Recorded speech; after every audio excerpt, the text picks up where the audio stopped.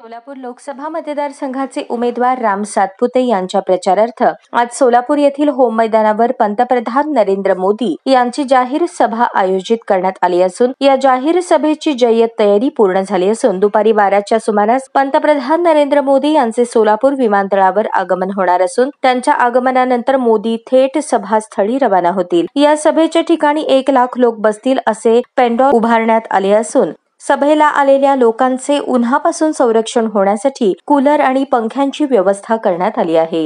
Home मैदान येथील आपली सभा संपल्यानंतर पंतप्रधान नरेंद्र मोदी हे उस्मानाबादकडे रवाना होतील। त्यानंतर माढा आणि कराडची सभा करून सायंकाळी 5च्या सुमारास मोदी हे पुण्याकडे जाहीर सभेसाठी जाणार आहेत। पुणे येथील सभा संपल्यानंतर नरेंद्र मोदी हे राजभवनात मुक्काम करणार असल्याचेही सूत्रांकडून सांगण्यात येत आहे।